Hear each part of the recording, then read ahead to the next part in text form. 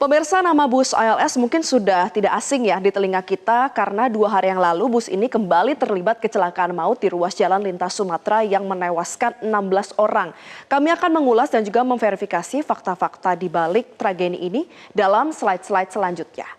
Jadi pemirsa, untuk kronologinya, kecelakaan lalu lintas terjadi 2 hari yang lalu, yaitu pada hari Rabu tanggal 6 Mei 2026 sekitar pukul 12 waktu Indonesia Barat, jadi siang hari di ruas jalan lintas Sumatera, Kelurahan Karangjaya, Kecamatan Karangjaya, Kabupaten Musirawas Utara. Peristiwa ini melibatkan bus ALS dan juga truk tangki pengangkut minyak. Jadi bus ALS ini sebenarnya sudah berangkat sejak tanggal 2 Mei dari Pati, kemudian ada pemberhentian di sejumlah titik untuk menaikkan penumpang hingga akhirnya di tanggal 6 Mei melaju dari Lubuk Linggau menuju ke arah Jambi. Nah, begitu tiba di ruas jalan lintas Sumatera, supir melihat ada lubang di jalan. Nah, begitu melihat lubang, supir ini berusaha untuk menghindari lubang dengan masuk ke jalur kanan. Jadi jalur kanan ini adalah jalur berlawanan, yaitu dari Jambi menuju ke Lubuk Linggau.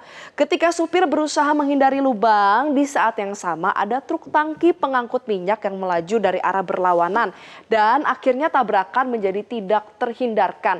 Ini versi pertama pemirsa, tapi sebenarnya dari keterangan dan juga pernyataan dari korban selamat juga ada yang menyatakan bahwa masuknya bus ke jalur kanan ini karena saksi melihat tiba-tiba muncul percikan api di bagian bodi bus yang membuat sopir mengerahkan kendaraan ke sisi kanan jalan untuk menghindari risiko kebakaran yang lebih besar. Tapi terkait hal ini pastinya kita menunggu ya apa hasil investigasi dan juga rekonstruksi serta olah TKP dari pihak kepolisian.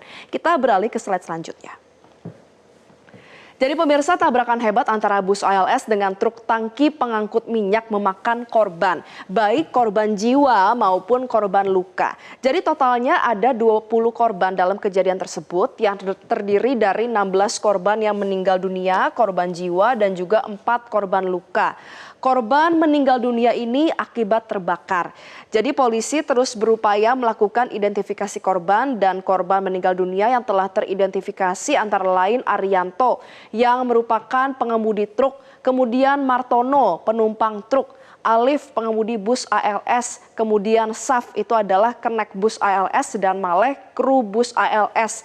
Lalu sejumlah penumpang bus juga telah teridentifikasi, di antaranya atas nama Relodo, Zulkifli, kemudian juga Aldi, Rani, Bella, Selinten, Haji Syamsia, Sukardi, Salim, Budianto dan juga Bahrul.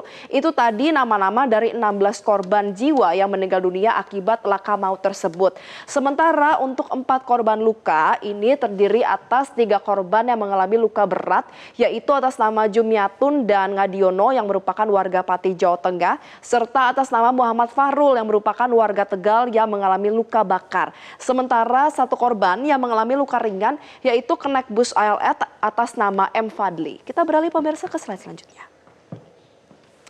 Jadi dari hasil olah tempat kejadian perkara yang dilakukan oleh polisi, ada sejumlah fakta penting yang perlu kita catat.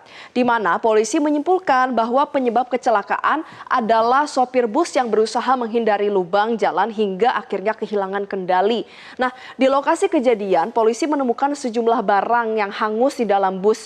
Di antaranya adalah tabung gas LPG di bagasi sebelah kanan, kemudian ada kursi kayu, ada alat mesin motor di bagasi, serta ada buah jeruk bali yang berserakan di depan dan juga di dalam bus. Selain itu juga ditemukan pula barang-barang pribadi milik penumpang yang terbakar, yaitu 1 sepeda motor bebek di dalam bus serta 1 sepeda motor Suzuki Thunder di depan bus yang diduga terlempar dari muatan atas kendaraan. Nah, temuan tabung gas LPG dan sepeda motor di dalam bus ini menjadi catatan penting, pemirsa, karena ini menunjukkan adanya dugaan pelanggaran terkait dengan muatan berbahaya yang dibawa di dalam armada bus penumpang. Dan hingga kemarin tim DVI Polda Sumsel yang terdiri dari 7 dokter forensik dan puluhan tenaga medis masih terus melakukan identifikasi terhadap jenazah korban. Ada pernyataan pemirsa yang disampaikan oleh Kabid Humas Polda Sumatera Selatan yaitu Kombes Pol Nandang Mumin yang menyatakan bahwa sebagian keluarga sudah datang untuk memberikan informasi terkait dengan keluarganya. Kami masih menunggu hasil dari tim DVI. Komitmen kami adalah fokus pada identifikasi terhadap 16 korban yang saat ini masih dikerjakan oleh tim DVI. Jadi terkait dengan proses identifikasi ini, Kabid Humas Polda Sumatera Selatan Kombes Pol Nandang Mumin Wijaya menyampaikan bahwa sebagian keluarga sudah datang untuk memberikan informasi terkait dengan anggota keluarganya. Dan pihaknya juga menegaskan komitmen untuk fokus pada identifikasi 16 korban yang masih dikerjakan oleh tim DVI. Dan ketika ditanya mengenai kemungkinan pemanggilan pihak perusahaan bus, Nandang menyebut proses penyelidikan masih terus berlangsung dan meminta semua pihak untuk bersabar. Pemirsa, kita beralih ke slide selanjutnya karena ada yang menarik. Buat peristiwa ini juga semakin memilukan karena sebenarnya ini peristiwa bukan pertama kalinya terjadi yang melibatkan bus ALS dalam sebuah kecelakaan maut. Tepat 1 tahun sebelumnya, yaitu pada tanggal 6 Mei 2025, bus ALS juga mengalami kecelakaan hingga terguling di dekat Terminal Bukit Surungan, Kota Padang Panjang, Sumatera Barat.